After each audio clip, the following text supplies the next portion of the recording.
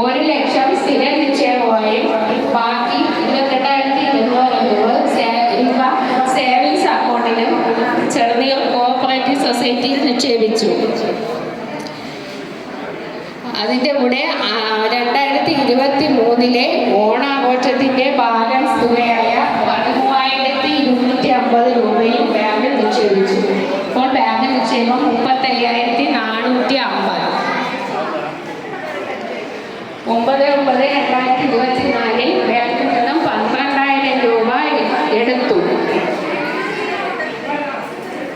അതിൻ്റെ ചിലവ് 2,000 രൂപ പരിമളയുടെ മകളുടെ വിവാഹത്തിന് ഗിഫ്റ്റ് വാങ്ങി, 2,000 രൂപ ഓണത്തിന് സുരകുമാറിന് കൊടുത്തു, 2,000 സുലഭകുമാരിക്ക് കൊടുത്തു, 2,000 രാജേശ്വരിക്ക് കൊടുത്തു, 2,000 ശ്രീഹരിക്ക് കൊടുത്തു, 2,000 സഞ്ജീവിന് കൊടുത്തു.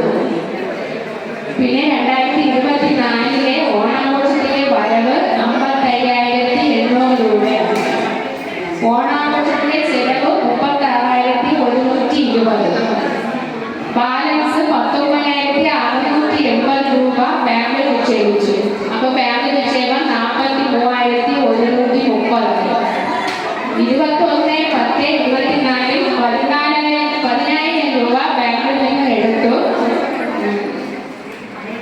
വിജയന് ചികിത്സാ സഹായമായി നൽകി. ബാലൻസ് 33,130. 8/11/24 16,000 രൂപ ബാങ്കിൽ നിന്നും എടുത്തു. 10,000 രൂപ ഓഫൻസിന് ചികിത്സാ സഹായമായി നൽകി. 2,000 രൂപ ഷെരിയുടെ മകന് ഗിഫ്റ്റ് നൽകിയ വകയിൽ ചിലവായി. 1,800 രൂപ ശൈലാജിന്റെ മകൾക്ക് ഗിഫ്റ്റ് വാങ്ങി നൽകി. 2,000 രൂപ രാജീവിന്റെ മകൾക്ക് ഗിഫ്റ്റ് നൽകി. ബാലൻസ് 17,130. 16/4/2025 1,800 രൂപ ബാങ്കിൽ നിന്ന് എടുത്തു. റസൂലിന്റെ മകൾക്ക് ഗിഫ്റ്റ് വാങ്ങി നൽകി. 18/5/2025 ഗ്രൂപ്പിന്റെ ഗോഗോലാൻഡ് ടൂർ പ്രോഗ്രാമിന്റെ ബാലൻസ് 1,700 രൂപ ബാങ്കിൽ നിക്ഷേപിച്ചു. 4,468 രൂപ ബാങ്ക് പലിശ വന്നു. അതും ചേർത്ത് അപ്പോൾ നിക്ഷേപം 19,298.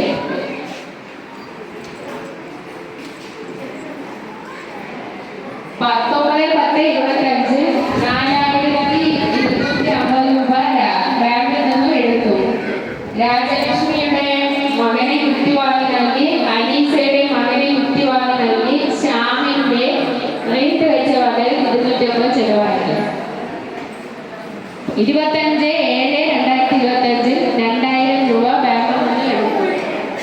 31-ാം തീയതി മുജീബിന്റെ മകളുടെ കല്യാണത്തിന് ഗിഫ്റ്റ് നൽകി. ബാലൻസ് 11,248 രൂപ ബാങ്കിലുണ്ട്. 1 ലക്ഷം രൂപ സ്ഥിര നിക്ഷേപവും ഉണ്ട്. അത് മെച്യൂരിറ്റി ഡേറ്റ് കഴിഞ്ഞ് കിടക്കുകയാണ്. അതൊന്നും ചെയ്യാനായിട്ടിരിക്കുകയാണ്. കഴിവാണ് വരവ് ചെലവ് കണക്കുകൾ.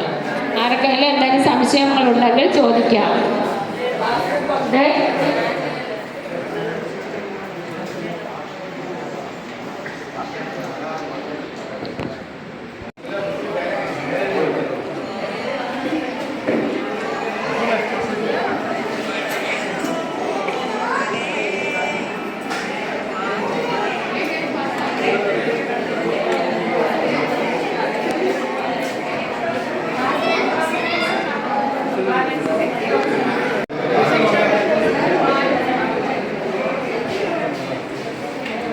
നമ്മുടെ ബാങ്ക് അക്കൗണ്ടിൽ ഇന്ന് ബാലൻസ് 11,248 രൂപ. കൂടാതെ ഡെപ്പോസിറ്റ് 1 ലക്ഷം രൂപ ഡെപ്പോസിറ്റ് കിടപ്പുണ്ട്. പ്ലസ് അതിൻ്റെ ഇൻട്രസ്റ്റ് ഉണ്ട്. ഈ വരവ് ചെലവുമായി ബന്ധപ്പെട്ട എന്തെങ്കിലും സംശയം ഉണ്ടെങ്കിൽ ചോദിക്കാം.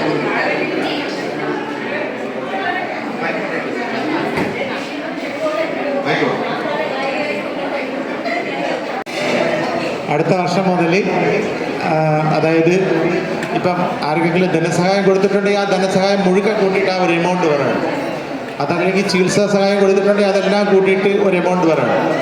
അതല്ലെങ്കിൽ ബാങ്ക് പലിശ അത് മൊത്തം കൂട്ടിയിട്ട് അതിൻ്റെ ഒരൊറ്റ എമൗണ്ട്. എല്ലാം കഴിച്ചിട്ട് ബാലൻസ് ഇത്ര, അല്ലെങ്കിൽ നിങ്ങളൊരു പ്രിൻ്റ് ഔട്ടായിട്ട് അടിച്ചു. അല്ലാതെ പിന്നെ രതീഷ് ഇത്ര, ഗോപാലൻ ഇത്ര, അങ്ങനെ വാർഷിക റിപ്പോർട്ട് പറയരുത്, വാർഷിക കണക്ക് അവതരിപ്പിക്കരുത്.